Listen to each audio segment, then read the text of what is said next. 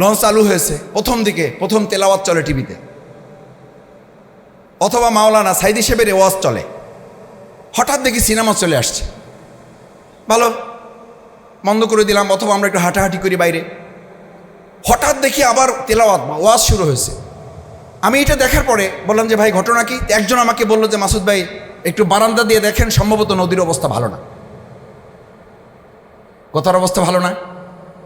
নদীর অবস্থা ভালো না। সত্যি আমি গিয়ে দেখলাম যে ঢেউটা একটু বেশি, বৃষ্টি শুরু হয়েছে, হালকা পানিও পড়তেছে।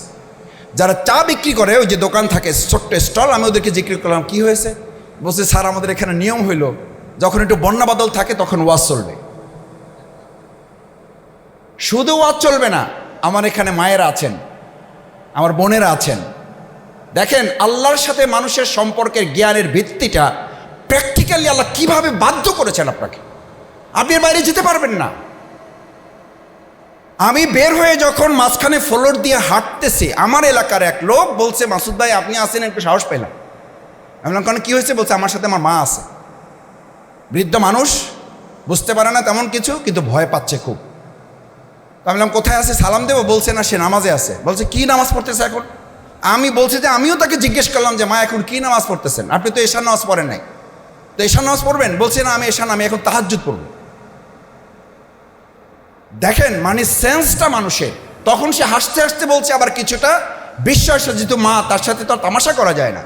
বলছে আমার মায়ের মধ্যে টেনশনটা এমন পর্যায়ে পৌঁছে গেছে, সে এশার নামাজই পড়ে নাই, কিন্তু বিপদ যেহেতু চলে আসছে এখন মনে করতেছে এশা পরে হবে, আগে কি? আগে তাহাজ্জুদ, আগে আল্লাহর কাছে কান্দো। যেই টাইটানিক তোমাকে মেসেজ দিয়েছে আল্লাহর সাথে বিদ্রোহ করলে ধ্বংস অনিবার্য, সেটা মুসলমানদের কাছে মেসেজ দেওয়া হচ্ছে love story. It's not love story, it's a destroyed story. তোমরা একমত না হলে I don't care there, I don't care there.